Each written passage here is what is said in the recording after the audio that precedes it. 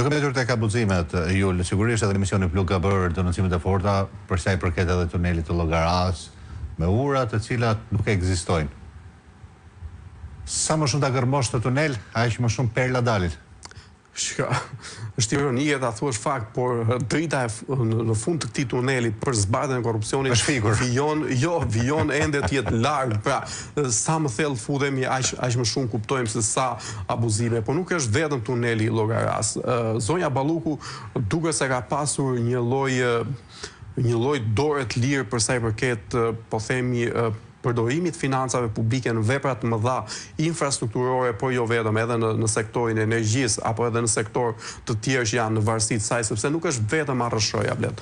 Më besoni që janë shumë institucione, është OSHE-ja ose SHE-ja, është Keshi, nga ana tjetër që është sot, po themi, institucioni infrastrukturës dhe energjisë. Është Fondi Shqiptar i Zhvillimit gjithashtu. Pra, ka një seri institucionesh të cilat përfshihen në këtë histori dhe abuzimet që... Mos përmendim portin e Durrësit. Ajo është një histori, një aferë, një mega aferë më vete. Por që sigurisht do duhet që SPAK të hetoj. SPAK thot që po hetojmë, por ende deri tani nuk kemi asnjë veprim. Dhe unë jam dhe e kam thënë dhe vijoj të qëndroj të njëjtin mendim që për sa kohë dëmi kolateral, financiar, që u është shkaktuar qytetarëve shqiptar nga zyrtar të tillë nuk kthehet më mbrapsht, hetimet e SPAK janë të barazvlefshme me zero.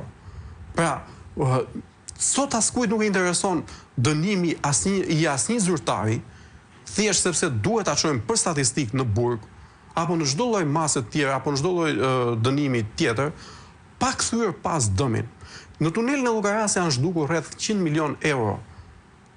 Janë zhdukur, pra është bërë vepra publike me rreth 100 milion euro, ndërsa 100 milion euro të tjera të faktuara deri tani kanë shkuar për kompanit, janë shpërndarë si dividend, kanë shkuar për ura që nuk janë ndërtuar dhe për vepra publike të cilat u zhdukën rrugëve.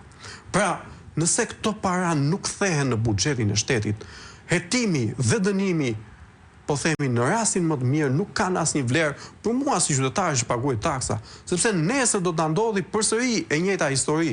Dhe kjo është